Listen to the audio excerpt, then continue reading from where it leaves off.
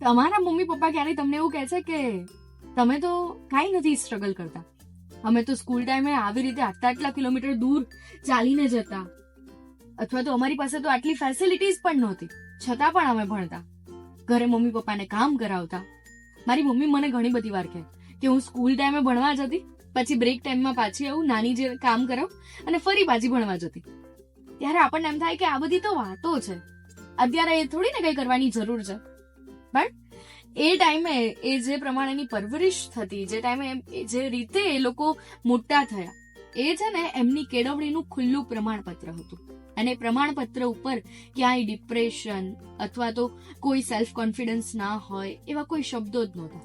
આત્મવિશ્વાસથી ભરપૂર અને પોતાની પાસે જે છે બેસ્ટ છે, કમ્પેરિઝન નહોતી. કોઈને દેખાડવા માટે જ કંઈક કરીએ છીએ એવી ક્યાંય કોઈ છાપો એ સર્ટિફિકેટમાં નહોતી દેખાતી. એક પૂરી ગુણવત્તાવાળા પરવરિશનું કોઈ બેસ્ટ સર્ટિફિકેટ હોય તો એ છે આપણા મમ્મી પપ્પા. તમને એવું લાગશે કે આ બધી વાતો હું કેમ કરી રહી છું? કારણ કે તમે જો આજના છાપાઓ ખોલશો ને તો દર બીજા કે ત્રીજા દિવસે એવા સમાચાર આવશે કે અત્યારના યુથને સેલ્ફ કંટ્રોલ નથી. બહુ નાની વાતે ગુસ્સા થઈ. આપણે ત્યાં રાજકોટમાં તો દર બીજા દિવસે મેડમ આ સમાચાર આવે છે કે ટ્રાફિક સિગ્નલ પર કોઈકની સાથે ઝઘડો થઈ ગયો, અથવા તો કોઈકે કંઈક કહ્યું એ એટલું હાડ લાગી ગયું, જેમ કે ગેમ્સ રમવાની ના પાડી, ફોન યુઝ કરવાની ના પાડી અને દીકરા કે દીકરીએ સુસાઇડ કરી લીધું. એક જનરેશન એવી હતી, હું બહુ મોટી તો નથી પણ એટલું કહું કે હું જયારે નાની હતી ને ત્યારે આપણને કંઈક બીક લાગતી કે આપણે કંઈક કરીશું અને મમ્મી પપ્પા ખીજાશે તો. અને અત્યારના મમ્મી પપ્પાને એ ડર લાગે છે કે આપણે કંઈક ખીજાશું અને એ કંઈક કરશે તો. આ ડિફરન્સ આવી ગયો છે. પણ આજે હું આ બધી જ વાતો તમારી સાથે કેમ કરી રહી છું ખબર છે? કારણ કે આજે મારી સાથે એક બહુ મજાના વ્યક્તિ જોડાણા છે, જે આપણા આ બધા સવાલોના જવાબો આપવાના છે. અને સાથે સાથે એક ઉમદા વ્યક્તિત્વ છે. તમને ખબર છે, એક મંસૂરી સાહેબે ખૂબ સરસ લખ્યું છે કે ભરી લો આંખમાં આ સુગંધનો દરિયો, ફરી આ માટીની ભીની સુગંધ મળે ના મળે. આની સાચી વાત, આ માટીની સાચી કિંમત કોને થાય કે જેઓ અમુક દાયકાઓ કરતા, અમુક ડિકેડ્સથી પણ વધારે સમય આ ભારત ભૂમિથી બહાર રહ્યા હોય. એમની પાસે જઈએ ને ત્યારે આપણને ખબર પડે. આપણે લોકો તો ક્યાંક ફરવા જઈએ ને, ઇન્ડિયામાં જ તે પણ કોઈ સરસ ચોખ્ખી જગ્યાએ ફરવા જઈએ ને તો અમે વખાણમાં પણ એમ કહીએ કે તમને એવું લાગે જ નહીં કે તમે ઇન્ડિયામાં છો. આ આપણા માઇન્ડમાં છાપ થઈ ગઈ છે. પણ આ ઇન્ડિયન્સ પણ જ્યારે કોઈ બહાર જાય ને ત્યારે એને ઇન્ડિયાની કિંમત થાય. અને એવા જ એક વ્યક્તિ એટલે શ્રી કલ્પનાબેન અશ્વિન પારેખ, જેઓ આપણી સાથે જોડાય, જે રાજકોટમાં જ ભણીએ, રાજકોટમાં જ પોસ્ટ ગ્રેજ્યુએશન કર્યું આપણી આઈપી મિશન સ્કૂલમાં જ, અને પછી અમેરિકામાં જઈ અને મનોચિકિત્સક તરીકે, સાયકેટ્રિસ્ટ તરીકે કામ કર્યું. અને આજે આપણે એમની સાથે જ એમના અમેરિકાના, ઇંગ્લેન્ડના એક્સપિરિયન્સ, ભારત સાથેની એમની યાદો અને સાથે સાથે એ જે પ્રોફેશન સાથે જોડાય છે એના પર સૌથી વધારે વાતો કરવાના છે. સૌ પ્રથમ તો મેમ ખૂબ ખૂબ સ્વાગત છે તમારું અમારા રેડિયો રાજકોટમાં. તમારો ખૂબ ખૂબ આભાર કે તમે તમારો કિંમતી સમય કાઢી અને અમારી સાથે જોડાયા. Once again thank you so much ma'am. સૌપ્રથમ તો કેમ છો અને ઇન્ડિયામાં ફરીથી પાછા આવીને કેવું લાગે છે? ઇન્ડિયા તો જેટલી વખત હું ભારત આવું છું ત્યારે મને એકદમ મજા આવી જાય છે. મારા બાળપણના દિવસો બહુ યાદ આવી જાય છે. અને અત્યારે તમે જો મને વધારે પ્રશ્ન પૂછશો તો કદાચ મારી આંખોમાં આંસુ પણ આવી જશે. કારણ કે ત્યારના વખતનો જે અમારું કનેક્શન કયો કે ત્યારના વખતનું અમારું જોડાણ જે હતું ને એ બહુ જ સ્ટ્રોંગ હતું, બહુ જ સ્ટ્રોંગ. અને આવીને સૌથી પહેલા તો મને ભારત માતાની માટી મારા માથા ઉપર હું લઉં છું કે 47 વર્ષથી મેં આ કન્ટ્રી ભારતને છોડી દીધું છે. પણ જાણે હું ભારતમાં રહેતી હો ને એ રીતે જ્યાં પણ ગઈ છું ત્યાં એ ભારત ઊભું કરવાના પ્રયત્નો કરેલા છે. કારણ કે જે સંસ્કારોનું ભાથું લઈને ગયા છે એ સંસ્કારોની સાથે એટલી બધી જોડાણ થયેલી છે કે અમે જ્યાં પણ જઈએ છીએ ને ત્યાં, અત્યારે હું જ્યાં સિન્સિનાટીમાં છું ત્યાં અમારે લોકોને લગભગ 8 કે 10 મંદિરો છે. એટલે અમારો વીકેન્ડનો પ્રોગ્રામ જો તમે જુઓ ને તો અહીંયા સામાયિક ચાલે છે, અહીંયા પ્રતિક્રમણ ચાલે છે, અહીંયા નવરાત્રીનો પ્રોગ્રામ, અહીંયા દિવાળીનો. એમાં અમે ઘણા બધા જોડાયેલા છીએ કારણ કે આ બધા સંસ્કારો અમે અહીંયાથી લઈને 1977માં હું જયારે લીવ કર્યું ત્યારે હું સંસ્કારોનું ભાથું લઈને ગઈ છું. એ હજી અમારી સાથે જ છે. તમારું અહીંયા સ્કૂલિંગ અને એજ્યુકેશનલ જે જર્ની હોય એ કેવી રહી અને તમારી બેસ્ટ મેમરીઝ કઈ છે રાજકોટ સાથે? રાજકોટ સાથેની એટલી બધી મેમરી છે કે એ શબ્દોમાં પણ બોલી શકાય એવું નથી. જે અમારી નિર્દોષતા હતી સ્કૂલમાં હતા કે કોલેજમાં, અત્યારે જે આપણે કમ્પેરિઝન ને જોવા મળે કે આણે આ કપડાં લીધા તો આણે આ લીધા, એવું મને યાદ નથી કે અમને એવો પ્રશ્ન ત્યારે આવ્યો હોય, કારણ કે અમે લોકો આઈપી મિશન સ્કૂલમાં યુનિફોર્મમાં હતા અને ત્યાર પછી પણ અમારી પાસે 5-7 જોડી જ કપડાં હશે, પણ કોઈ દિવસ એવું લાગ્યું નથી કે અમે લોકો એકના એક કપડાં રિપીટ કરીએ છીએ, કારણ કે કોઈ કમ્પેરિઝન જ નહોતી.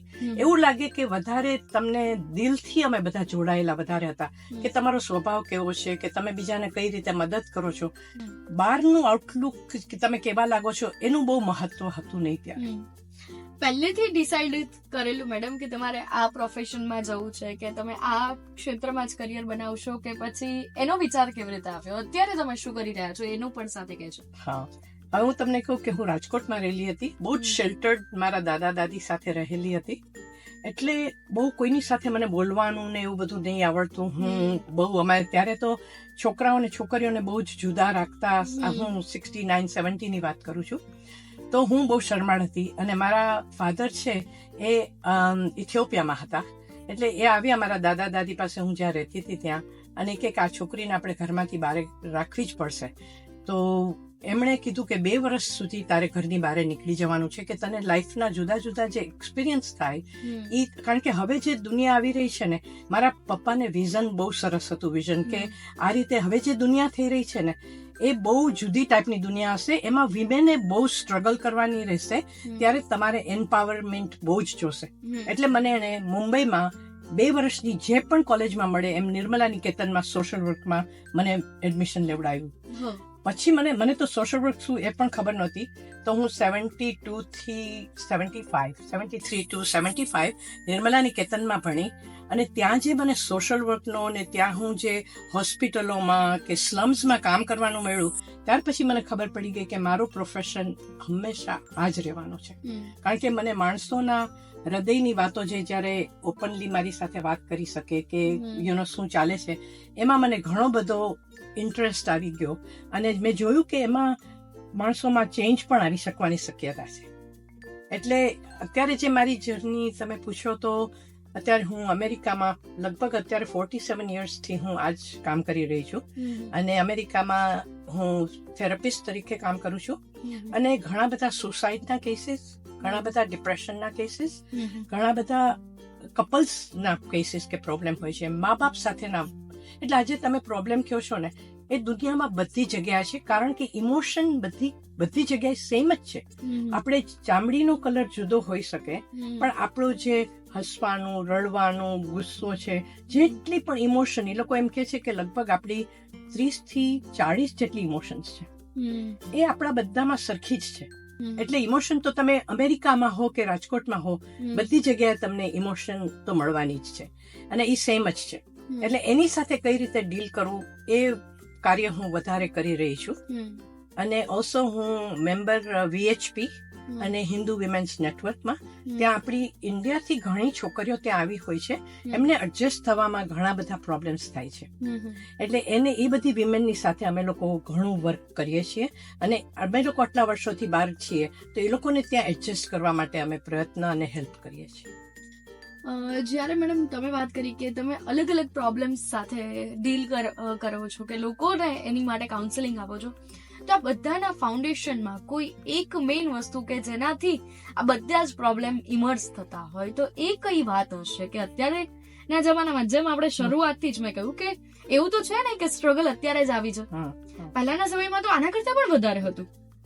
તો એ ટાઈમે આપણા મમ્મી પપ્પા ફાઇટ બેક આપી શકતા હતા, પણ અત્યારનું યુથ એટલું સરસ રીતે નથી રહી શકતું. જેમ આપણે કપલ્સ ની વાત કરી તો સેમ વસ્તુ છે કે મમ્મી પપ્પા, ઘણા લોકો, મારા દાદા દાદી કહેતા કે એમણે તો એકબીજાને જોયા બી નતા, છતાં પણ એ લોકોએ હેપી મેરિડ લાઈફ, કદાચ 50 કે 60 વર્ષ કરતા પણ વધારે સમય એ લોકો સાથે રહ્યા. અને જે અત્યારે તો તમે જાણો છો, જોવો છો, ખુદ પસંદ કરો છો, અને પછી પણ 5 મહિના કરતા વધારે નથી સાથે રહી શકતા. તો એ પછી અત્યારની જે સોસાયટીના જે બધા સિચ્યુએશન્સ છે એનું રીઝન તમને શું લાગે છે? મને ઘણીવાર એવું લાગે કે અમે જ્યારે મોટા થતા હતા ત્યારે સંયુક્ત કુટુંબ એટલું બધું આજુબાજુમાં હતું કે તમે તમારા પપ્પા મમ્મીના પાસે ટાઈમ ના હોય કે ન સાંભળી શકે તો તમે તમારા કાકા કાકી ફૈબાઓ તમારા મિત્રો તમારા કુટુંબીજનો પાસે જઈ અને તમને હેલ્પ મળતી હતી. બીજી વસ્તુ એ છે કે ત્યારના સમયમાં કમિટમેન્ટ અને અમારી લેંગ્વેજમાં અમે કહીએ ને તો રેડિકલ એક્સેપ્ટન્સ, જે પણ તમારા પાસે આવ્યું છે એને રેડિકલી એક્સેપ્ટ કરી અને તમે તમારો પ્રોબ્લેમ સોલ્વ કરો. એ રેડિકલ એક્સેપ્ટન્સ નથી દેખાતી અહીંયા. અને ઘણી બધી કમ્પેરિઝન થઈ રહી છે કે આને મોટું ઘર છે એનાથી મારે કેવી રીતે મોટું ઘર લેવું, આણે લગ્ન આ રીતે કર્યા તો આનાથી હું મોટા લગ્ન કઈ રીતે કરું. એ જમાનામાં આવી કમ્પેરિઝન નહોતી. જેટલી પણ તમારામાં તાકાત હોય એ પ્રમાણે તમે કપડાં પહેરો, એ પ્રમાણે તમે કોલેજમાં એ પ્રમાણે જાઓ અને એ પ્રમાણે તમારા લગ્ન પ્રસંગો ઉજવો. એમાં કોઈ આ જે જમાનામાં કમ્પેરિઝન દેખાય છે એવી કમ્પેરિઝન નહોતી. ત્યારે કમિટમેન્ટ હતું કે આ મેં કર્યું છે તો હું આ ફેમિલીમાં આવી છું તો મારે કઈ રીતે એડજસ્ટ થઈને રહેવું છે. અને બીજું એ પણ છે કે જે આપણે ઊંડાણ હોય આપણી લાઈફમાં, કેમ કે અંદર જઈને તમે વિચારો કે મારા માટે શું સારું છે કે મારા માટે શું ખરાબ છે, એ પણ વિચારવાનો એવું લાગે કે આ જમાનામાં માણસો પાસે સમય જ નથી. બહુ સાચી વાત છે. બધું એટલું જલ્દી ફાસ્ટ થવા માંડ્યું છે કે તમે બેસીને શ્વાસ લઈને વિચારો કે મારી લાઈફ કઈ જગ્યા પર જઈ રહી છે એવો કોઈને સમય જ નથી. એવું લાગે મેડમ કે માણસો શોર્ટ ટર્મ નું વિચારતા વધારે થઈ ગયા છે કે ટેમ્પરરી બેનિફિટ શું થશે અને એને વિચારી અને લોંગ ટર્મ થી એના કયા કયા ઇમ્પેક્ટ આવશે પેલું અત્યારની ભાષામાં કહીએ તો SWOT એનાલિસિસ કરીએ આપણે તો. રાઈટ. તો એ ખાલી આપણને બધાને ખબર પડી ગઈ છે થિયરી જેવું, પણ એને રિયલ લાઈફમાં જ્યારે મૂકવાની આવે ને ત્યારે આપણે નથી મૂકી શકતા. ત્યારે વાત તમારી સાથે એ કરું કે તમે એવા ઘણા બધા લોકોને કાઉન્સેલિંગ કર્યું છે કે જે એકલા રહે છે. ત્યારના તમારા અનુભવો કેવા રહ્યા કે એ લોકોમાં મેઇન વસ્તુઓ કઈ વસ્તુ? ઘણા લોકો એમ કહેતા હોય કે એકલતા છે ને એ આમ એડિક્શન જેવું છે કે જો જેને કોઈકને એકવાર એની સાથે ફાવી જાય ને તો એ માણસ સાથે પછી એને ના ફાવે, એને માટે પોતાની કંપની બેસ્ટ કંપની થઈ જાય એમ. અને ક્યારેક ક્યારેક કોઈકને એકલતા અંદર જ ખાને કોરી પણ ખાતી હોય. ત્યારે એ તમારા અનુભવો કેવા રહ્યા કે એને તમે તમારી સ્ટ્રેન્થ કે વીકનેસ કેવી રીતે બનાવી શકો? એટલે મને એમ લાગે કે તમે છે ને તમારે કઈ જગ્યાએ તમારું કઈ ડિરેક્શનમાં તમારી લાઈફને લઈ જાવી છે એ બહુ જ મહત્વની વાત છે. એટલે તમારે પહેલેથી ડિસાઈડ કરવાનું કે મારે મારી લાઈફમાં આટલી વસ્તુ અચીવ કરવી છે. દરરોજના દિવસે તમે એક તરફ ધીમે ધીમે વધો. હું જ્યારે અમેરિકા ગઈ ત્યારેથી મારી ડાયરી જે લખેલી છે 77-87માં કે મારે અહીંયા મારું એમ કે લાયસન્સ લેવું છે, મારે પ્રેક્ટિસ કરવી છે, લગ્ન કરીને છોકરાઓને મોટા કરવા છે, ગ્રાન્ડ ચિલ્ડ્રનને. એટલે જેમ જેમ તમે લખતા રહ્યો છો તમારી દરરોજની ડાયરી તમારે લખવાની બહુ જરૂર છે. અને એ ટાઈમ તમે તમારા સેલ્ફને આપશો ને તો તમને ખબર પડશે કે તમારી લાઈફને તમારે કઈ ડિરેક્શનમાં લઈ જવી છે. અત્યારે કોઈને ટાઈમ નથી કે બેસીને વિચારે કે મારા લોંગ ટર્મ ગોલ શું છે. જેમ તમે કીધું એમ શોર્ટ ટર્મ ગોલમાં એટલા બધા માણસો અત્યારે મૂંઝાયેલા છે કે લોંગ ટર્મનો વિચાર નથી. અત્યારે તમે લોંગ ટર્મનું લખો કે મારે 10-15 વર્ષ પછી આ રસ્તે જવાનું છે તો દરરોજના દિવસના થોડા તમે સમય એ તરફ આપી શકશો. બીજી વસ્તુ એ પણ છે કે આપણે આપણું યોગા, આપણું પ્રાણાયામ એ બધું ભૂલાઈ ગયું છે. અત્યારે અમેરિકામાં અમેરિકન લોકો આપણને શીખવે છે કે કઈ રીતે પ્રાણાયામ કરવું ને યોગા માસ્ટર. અમે જાય ત્યારે આપણા લોકોના બદલે અમેરિકન લોકો વધારે હોય છે. એટલે આપણે આપણો રસ્તો જ ભૂલી ગયા છીએ. અત્યારે અમને શું કામ આ કન્ટ્રીમાં પાછું ભારત આવવાની ઈચ્છા થાય છે કારણ કે અમારો બધો જે ઉછેર થયો હતો, તમે જયારે પ્રસંગો કહો છો કે શું તમને યાદ આવે તો જયારે વરસાદની સિઝન આવતી ત્યારે અમારા દાદા પહેલા કહેતા ચાલો પેટીકોટ પહેરી અને પહેલા વરસાદમાં તમારે નાવાનું તો તમને અડાઈ ના થાય. એ બધા પ્રસંગો. અહીંયા 7મ 8મનો મેળો થતો, એની જે મજા હતી, ધીમું ધીમું બધું ચાલતું હતું પણ એની સાથે રહેવાની જે મજા હતી એ અલગ જ ટાઈપની મજા હતી. એ બધું અમને અત્યારે અટ્રેક્ટ કરે છે. દિવાળીના દિવસોમાં અત્યારે અમે જોઈએ તો રાજકોટમાં કે બોમ્બેમાં કે ભારતમાં કોઈ પોતાના ઘરે જ નહોતું એવું હતું. અને અમારે તો ત્યારે કેવું હતું કે આગલે દિવસ અમારે અઠવાડિયા પહેલા અમારો ડ્રેસ તૈયાર થઈ જાય, સરસ ફ્રોક. સવારે ઉઠીને મા બાપ ને બધાને પગે લાગીએ, અમને ગરમ ગરમ દૂધ પાય, પછી અમને બોણું મળે, એમાં પણ અમને ઘણો આનંદ હતો. અને પછી રિક્ષામાં ફરીને બધા વડીલોને મળીએ, એનો આનંદ જ અનેરો હતો. અને બધા કાંઈક ને કાંઈક બોણી આપે. ત્યારે નાના હોય ત્યારે તમને એમ થાય મને કેટલા પૈસા આપશે, કેટલા, અને છેલ્લે ગણવાના. છેલ્લે ગણવાના. હા. અને એ પાછા પૈસા બધા વાપરી નહીં નાખવાના. એ પૈસા સાચવીને રાખતા કે આપણે અહીંયા જઈએ છીએ તો આપણે ચાલો 3 રૂપિયાનું કે 5, અમને ત્યારે મહિનાના બાપુજી 5 રૂપિયા આપતા, પણ એમાંથી પણ અમને વધતા, કારણ કે એવી ટાઈપનો કોઈ ખર્ચો જ નહોતો. અને અત્યારે તો હજારો રૂપિયા આપો તો પણ ઓછા પડે છે, કે જે એમ કે તમને લાલચ વધી ગઈ છે એવું લાગે કે મને આ વસ્તુ જોઈએ છે, એ વણે તો એનાથી વધારે આ વસ્તુ જોઈએ છે. એટલી બધી ત્યારે કોઈ લાલચ હતી નહીં અમારા જીવનમાં. તમે અત્યારે વાત કરીએ છીએ આપણે કે ઇન્ડિયાની જે આ વાતો છે, કે જે આ રૂટ્સ છે આપણા લોકોના, એ તમે અહીંયા આવો તો તમને મિસ થાય કે પહેલા જે હતું એ હવે નથી. એ વાત તમે બહુ સાચી વાત કરી કે અમારે ત્યાં અત્યારે પણ, મેડમ હું તમારી સાથે વાત કરું તો કહી દઉં કે મારા ઘરનું રિચ્યુઅલ છે કે દિવાળીના દિવસે 2 દિવસ તો ઘરે રહેવાનું જ છે, પછીથી ક્યાંય પણ જવું હોય તો જાઓ, પણ તહેવારના દિવસે ઘર બંધ નહીં કરવાનું. અને અત્યારે બધા જ આપણે કહીએ કે વોટ્સએપ પર બધા વિશેષ જતા રહે, ઇવન લગ્નની કંકોત્રી પણ હવે વોટ્સએપ પર મળી જાય છે એમ.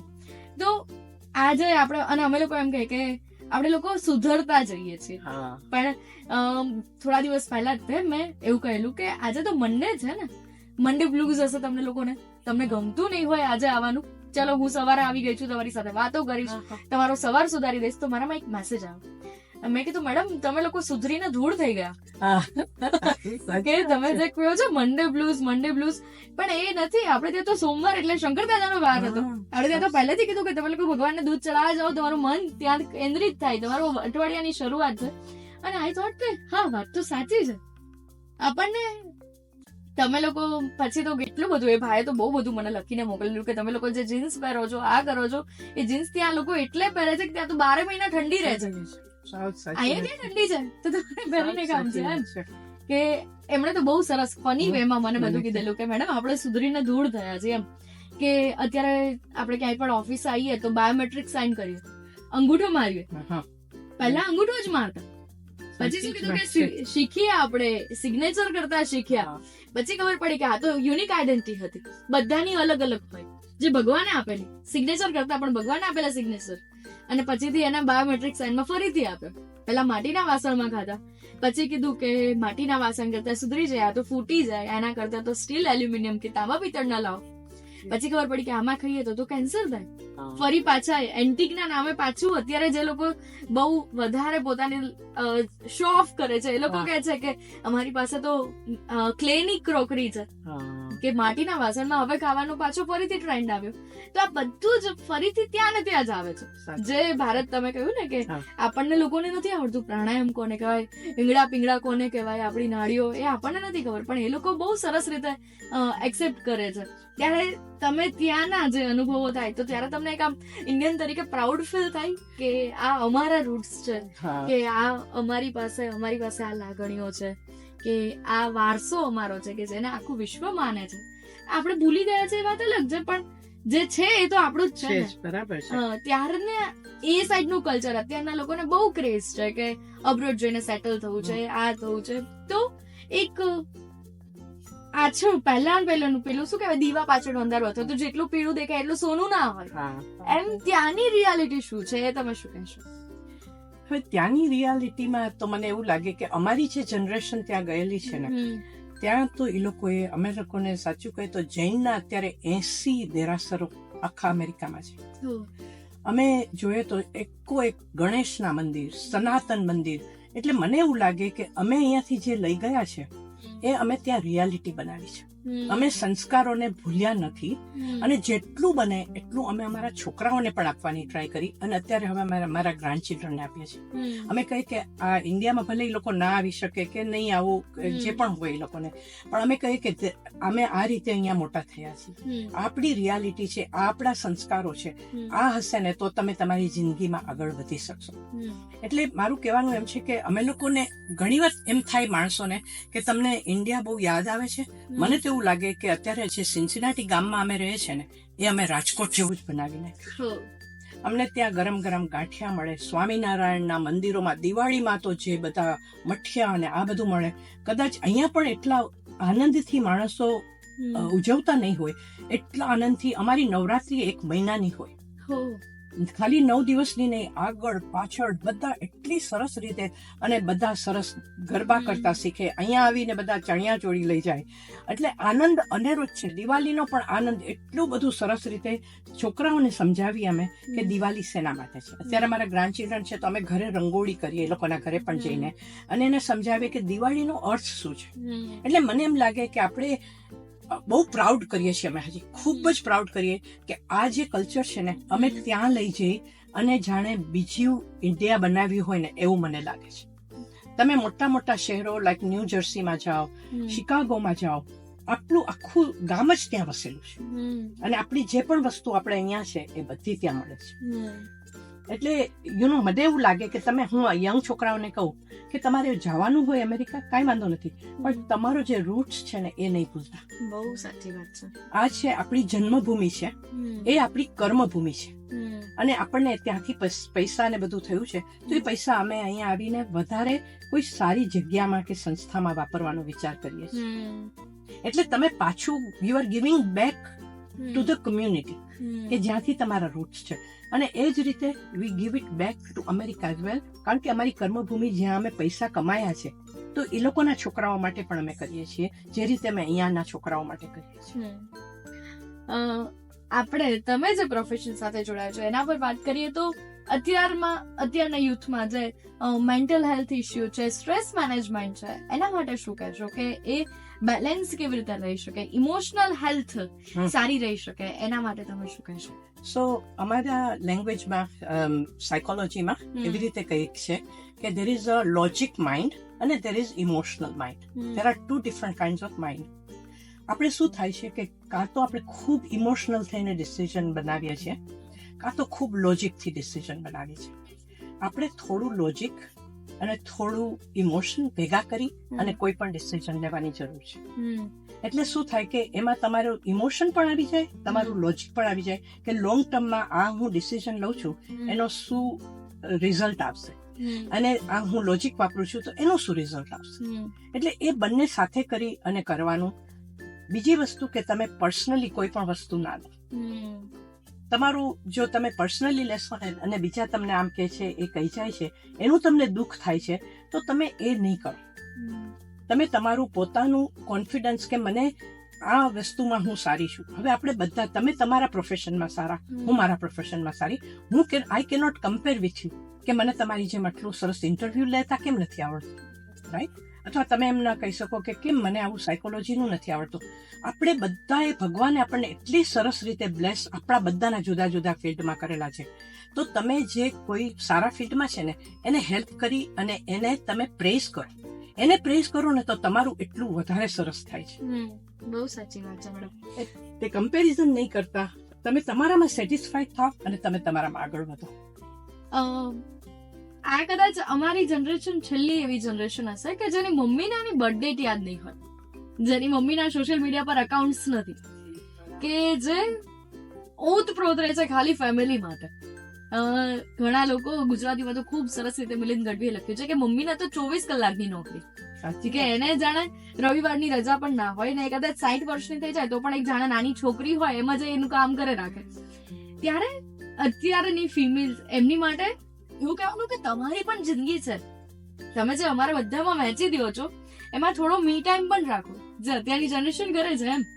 ત્યારે એ ફિમેલ્સ માટે સ્ટ્રેસ મેનેજમેન્ટ માટે ઘણીવાર મેં કહ્યું એમ શરૂઆતમાં આપણે જયારે વાત થઈ કે મારી મમ્મી છે ને રસોડા પાસે જઈને 2 મિનિટ માટે ઉભી રહી જાય કે એને યાદ ના આવે કે હું શું લેવા આવી હતી, પણ એને પેલું બરોબર યાદ હોય કે 5-10 વર્ષ પહેલા ક્યાં ગઈ હતી અને આપણા ઘરે પ્રસંગ હતો તો આટલી સરસ પહેરામણી કરેલી, અને એમના ઘરેથી તો પહેરામણીમાં આવું આવ્યું. એટલે શું છે કે મનની સ્ટોરેજ ના યાદ રાખવાની વાતોથી ફૂલ છે, એટલે યાદ રાખવાની વાતો યાદ નથી રહેતી. આમ જોઈએ તો એની પાસે એનો પણ રસ્તો છે કે એ ખડખડાટ હસી પણ શકે અને મન મૂકીને રડી પણ શકે, પણ એ જે ઇમોશનલ પેલું જે મેનેજમેન્ટ હોવું જોઈએ કે જે ભૂલવાનું છે એ નથી ભૂલાતું, બોલી દેવાય છે ક્યારેક ક્યારેક. તમે ઘણા બધી ફિમેલ્સને એ વાતોનું જોયું હશે કે એમ કે હું તો સાચું હોય ને તો કહી દઉં, સાચું હોય તો કહી દઉં, હું ચૂપ ના રહું, પણ એ ચૂપ રહી જાય તો ઘણું બધું બચી જાય. બરાબર છે. તો એ જે ટાઈમ છે કે ત્યારે આ બધું મેનેજ કરતા એમની જ મેન્ટલ હેલ્થ માટે સારું છે કે આખો દિવસ કામ પણ કરે છે અને સાથે સાથે આ મનનો પણ લોડ લે, અને એ ટાઈમ પછી એ બધા માટે 30 વર્ષ પછીની ઉંમરથી બધું જ નુકસાનકારક થતું હોય, ત્યારે ફિમેલ્સ માટે આ જે મેન્ટલ હેલ્થ છે એને સારી રાખવા માટેની કઈ ટિપ્સ આપશો? મારી તો પહેલી ટીપ ઈ છે કે પહેલા તમે તમારું સેલ્ફ કેર કરો. તમારા ગ્લાસમાં જો પાણી નહીં હોય તો તમે બીજાને રેડી નહીં શકો. એટલે જો તમારી health, mental health, physical health, મેં અહીંયા જોયું ભારતમાં કે આપણી જે વિમેન છે એ બધી પોતાની તબિયતનું ધ્યાન જાણે 30-40 પછી રાખતી નથી. અત્યારે હું 72 યર ઓલ્ડ થઈ છું, પણ સૌથી પહેલા ઉઠીને ભગવાનનું નામ લઈ અને અમે લોકો એક્સરસાઇઝ કરવા જવાનું. અમારું સેલ્ફ કેર માટે અમને ત્યાં ઇનફ ટાઈમ મળી રહે છે, અમારા મેડિટેશન માટે, કે મારે થોડો આરામ કરવો છે તો આરામ કરવા માટે. આપણું છે ને અત્યારે કલ્ચર એવું છે કે અહીંયાની જે વિમેન છે તો એ એક કામ પતાવીને બીજું કામ, ત્રીજું કામ. અમે લોકો થોડો સમય અમારા માટે અમને મળી રહે છે. તો મારી પહેલી તો સજેશન એ છે અહીંયાના બધી જે વિમેન છે ને, કે મહેરબાની કરી અને થોડો સમય તમારા માટે કાઢો, ગમે તેમ કરીને. અને માણસોને તમે સ્વાર્થી લાગો, માણસોને એમ લાગે કે જો પોતાનું કરે છે, ભલે એવું લાગે, પણ જો તમારો જ ગ્લાસ ખાલી હશે ને તો તમે તમારા ફેમિલીને, તમારા છોકરાઓને ને ગ્રાન્ડ ચિલ્ડ્રનને નહીં આપી શકો. બહુ સાચી વાત છે. એટલે પહેલું ઈ જ કરવાની જરૂર છે. તમે એક્સરસાઇઝ કરો, તમારું મેડિટેશન કરો, તમારે જે પણ થાય તમારી હેલ્થ માટે ખાવા પીવામાં શું કરવું જોઈએ એ વિચારીને કરો. આમાં શું છે, તમે બીજાનો જ વિચાર કર્યા કરો છો, પોતાનો વિચાર થતો જ નથી. બહુ સાચી વાત. એટલે સ્ટ્રેસ મેનેજમેન્ટ ઓટોમેટિકલી થઈ જશે જ્યારે તમે તમારા માટે સમય આપો. પહેલો તમારા માટે સમય, પછી ભલે તમારા છોકરાઓ માટે, કુટુંબીજનો માટે આપો, પણ તમારા માટે જ સમય નથી તો તમે બીજાને શું આપી શકશો? તમારી હેલ્થ, હું અત્યારે જોઉં છું 40-45 છોકરાઓની હેલ્થ અહીંયા નથી સારી. અત્યારે હું ચાલી શકું તો એ લોકો કે આટલું બધું તમે કેવી રીતે ચાલી શકો છો? કારણ કે તમારે તમારું પોતાનું ધ્યાન રાખવાનું છે, કોઈ બીજા આવીને તમારું ધ્યાન નથી રાખી શકવાનું. બહુ સાચી વાત છે. રાજકોટ વાસીઓને શું સંદેશો આપવા માંગશો? રાજકોટમાં એટલું બધું રંગીલું રાજકોટ કે છે, મને બહુ ચેન્જ લાગ્યો છે. હા, હું તમને એ જ પૂછવા જતી હતી કે તમે જયારે 1997 નો રાજકોટની વાત કરી, એ રાજકોટને તો મેં નથી જોયું, કારણ કે મારું બોર્ન 1998 માં છે. 77 માં મૂક્યું મેં.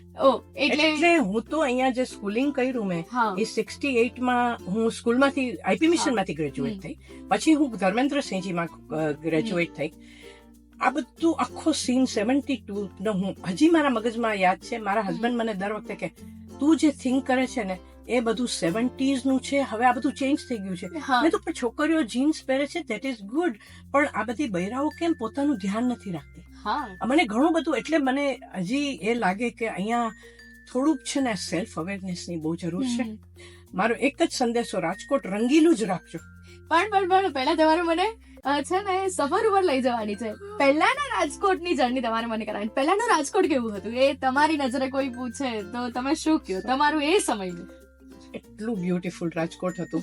અમારા પ્રસંગો યાદ કરીએ ને તો સવારે 11 વાગે સ્કૂલે જવાનું, સાંજે 5 વાગે આવવાનું. પછી આટલું બધું અમારે સ્ટ્રેસ નહોતો કે તમારે આ લેસન કરવાનું, કારણ કે અમારા જે ટીચરો હતા ને એ અમારા મા બાપ જેવા હતા.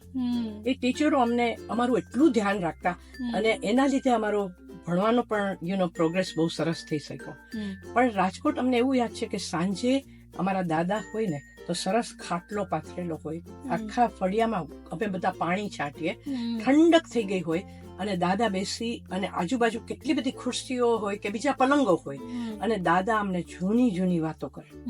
આ મને રાજકોટનું બહુ જ યાદ છે. અને કાં તો અમે અગાસીમાં પછી બધા પાથરી અને એક સાથે સુતેલા આખું ફેમિલી, અને રાતના તારાઓ જોતા અમે વાત કરી. અત્યારે તમે મને બહુ નહીં પૂછતા. અને અત્યારે જયારે પાછા આવો છો ત્યારે આ રાજકોટ, તમને એક વાત કહું, તમે કહ્યું ને કે રંગીલું રાજકોટ છે, પણ સાથે સાથે રાજકોટને હમણાં જ હેપીનેસ ઇન્ડેક્સમાં સ્થાન મળ્યું અને સૌથી પહેલા નંબર ઉપર છે. એ સૌથી સમૃદ્ધ શહેર બન્યું છે રાજકોટ.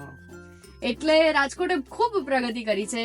આપણી પાસે ઇન્ટરનેશનલ એરપોર્ટ આવ્યું, સાથે સાથે એમ્સ આવી રહી છે, રેસકોર્સ 2 બની રહ્યું છે, નવું રેસકોર્સ બની રહ્યું છે, સાથે સાથે અટલ સરોવર બની રહ્યું છે, બહુ ડેવલપમેન્ટ થયું છે.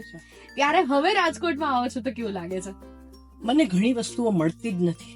એટલે મારે છે ને કાલે હું ધર્મેન્દ્રસિંહજી કોલેજમાં ગઈ અને મારું જે સિદ્ધાર્થ ઘર હતું ત્યાં ગઈ અને ત્યાંથી મેં મારી સફર શરૂ કરી, કારણ કે મને રાજકોટ મારા મગજમાં બેસતું જ નથી. એટલે પહેલા ધર્મેન્દ્રસિંહજી કોલેજમાં જઈને આખી કોલેજ જોઈ આવી, પછી સિદ્ધાર્થ અમારું મકાન હવે તો ત્યાં અપાર્ટમેન્ટ થઈ ગયા છે, ત્યાંથી હું રામકૃષ્ણ આશ્રમ, એ હું મારા જૂના મેપ ઉપરથી હવે નવું રાજકોટ શોધવાની પ્રયત્ન કરી રહી છું.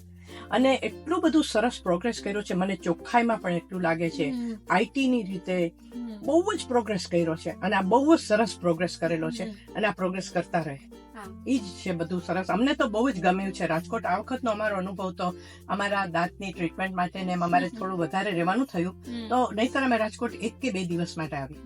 આ વખતે આખું વીક રહ્યા અને જે જુદી જુદી જગ્યાએ જઈને કાઠિયાવાડનું ખાવાનું ખાધું છે એમને બહુ મજા આવી ગઈ છે. એટલે રંગીલું રાજકોટ છે. અહીંયા જોયું તો કેટલા બધા લગ્નના પ્લોટ્સ થઈ ગયા છે, કેટલા બધા નવી નવી રેસ્ટોરન્ટો થઈ છે. એટલે એ રીતે પ્રોગ્રેસ કરતું રહે રાજકોટ અને આનંદ કરતું રહે, અને અમે એવરી યર આવી શકીએ. ચોક્કસ ચોક્કસ. અને આપણે મળીને આવી રીતે વાતો પણ કરતા રહેશું. ચોક્કસ. તમે આવ્યા, હું હજુ કહું છું કે મારા મંડે બ્લુઝ અત્યારે વાત કરીને સવારના આવીને મને કહેતો હતો કે મેડમ આજે શું થયું છે, વાત આમ કરો છો, શું ખબર હતી ને બેઠી હતી, પણ બહુ મજા આવી મને તમારી સાથે વાત કરીને. Thank you so much ma'am, તમે અમારી સાથે જોડાયા. મને પણ તારી સાથે બહુ જ મજા આવી છે. તમારા બધાનો આભાર કે મને અહીંયા તમે બોલાવી અને આટલું બધું માન આપ્યું. નહીતર જે યંગ પીપલ હોય એ લોકો, જે જનરેશન જૂના જનરેશન હોય એને બોલાવવાની એ લોકોને શું જરૂર હોય, કારણ કે એ લોકો પોતાની દુનિયામાં મસ્ત છે. પણ તમે બોલાવી અને મને અહીંયા આટલા પ્રશ્નો પૂછ્યા અને અમારી જૂની યાદો યાદ કરાવી, એ માટે થેન્ક યુ વેરી મચ. અને હું પણ આભારી છું. Thank you so much ma'am.